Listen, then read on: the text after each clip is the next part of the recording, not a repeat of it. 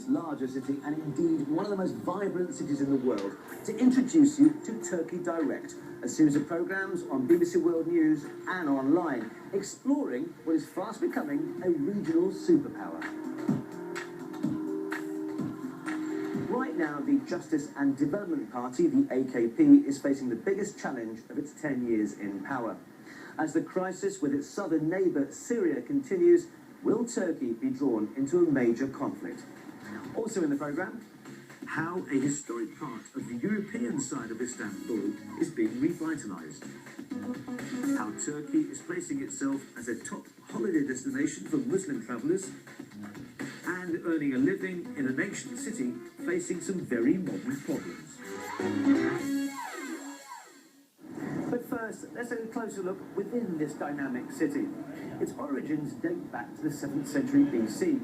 It was originally called Byzantium, then under the Romans called Constantinople, and then in 1923, when the Turkish Republic was formed, it adopted the title that locals had always used, Istanbul. In 1 square mile, Jonathan Head explores this area, Pera, the European quarter of the city.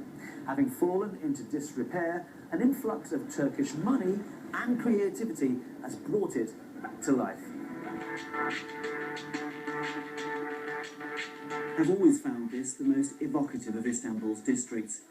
Its narrow streets and crumbling facades, a haunting echo of the city's former glory. But in the 3 years I've been here, I've seen it transformed. Once again, Pera, or Beyoğlu as it's now known, is very fashionable. And urban renewal doesn't get any grander than this. Once the headquarters of the Ottoman Bank, which financed the old empire, it's now been turned into a stunning centre for arts research. Hello, Vasif. Nice to see you. How are you? And what an amazing building.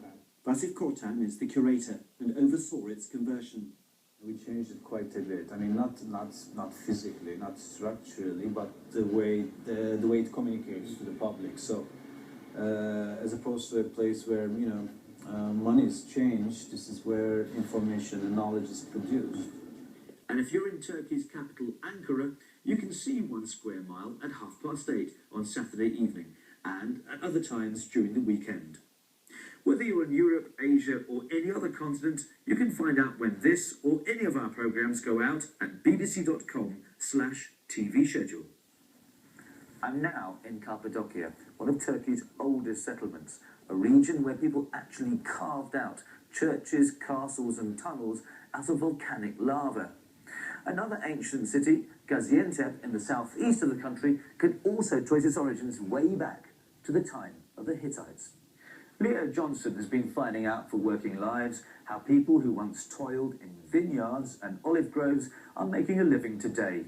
And he finds out that events across the border in Syria are also having a powerful effect. With 22 years in the business, Doğan Berkatulu is one of the city's real estate moguls. His company turns over an average $200,000 a month. Time to get down to business. Okay, so how much is this? 850,000 Turkish lira. 500,000. Bu istenen rakam ne o? Belki bununla birazcık daha pazarlıkla ikram edebilirler. Karşılıklı görüşme yok. Belki birazcık daha aşağı indirebiliriz. So you can go down on the price a lot. Yes. With the influx of immigrants since the start of the Syria crisis, rental prices have doubled. But with the market nervous about the war, sales have been falling. Through it all, Doğan's sticking to his strategy. When a couple comes in, who's the boss? The man or the woman? Tabii ki evin reisi para veriyor ama. As the head of the household, the man gives the money. But it is the decision of the wife that counts. Women use the house more. That's why the woman's decision matters the most. And if you're in Syria's capital, Damascus, you can see Working Lives at 11:30 on Saturday morning and at other times during the weekend. Recently, the Turkish parliament approved a motion allowing the government to take military action against Syria. It's a sign of how bad relations between the two countries have become. But do the people of Turkey think force is the right response? No, I mean you're interfering with someone else's, issues. How would you like if the Syrians or Americans or anyone comes and tells you what you should be doing? Yes, there are problems in Syria, and I think Assad has been doing some really awful things. But Turkey or any other country has no right to interfere. Firstly, I'm supporter of Assad. I don't like the rebels. I mean, because You support the government in Syria? yes, I support government exactly because I believe that Assad is more modern than at least the rebel people. I mean, they are most likely Hezbollah and other radical Islamic groups members. I'm not happy with this. I'm not happy. Turkey should take a different position, like observing the situation from the outside, and just stay in the middle. Be neutral. Be neutral, because you're a Muslim country and you have a very strong, very good, the geopolitic, the position in this area. So I mean, you have to be in the middle.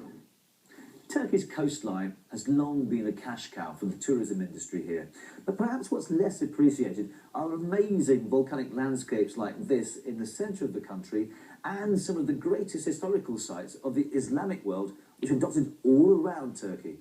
And it's Islamic-style tourism that I've been finding more about, as Turkey places itself as one of the top destinations for Muslim holidaymakers. We're talking modest dress, halal food, segregated spas, no alcohol, and amenities for religious customs. But that doesn't mean that in most other ways, families like the Gongars from Germany don't enjoy a beach holiday like everyone else. Biz arayış içerisindeydik daha önceden. Aradığımız şey Türk ve We were in search of a holiday spot suitable for Turkish traditions and customs, and our friends recommended this place. We love this resort. It is just the place for us. The fact that it has separate compounds for men and women is important for us, so that's why we're here. ayrı ayrı komplekslerden olması. In our family, we don't drink alcohol. Therefore, when we come here, we are relaxed. My kids can run around, play as they like, just as we would at home. But in the current political climate, where in a secular country the government is pushing social policy down a more conservative path, some people find the concept of Islamic-style resorts threatening. And if you're in another popular Mediterranean holiday destination, Morocco, you can see Fast Track at 1:30 Saturday lunchtime. Don't go away, because still to come on Weekend World, the future of construction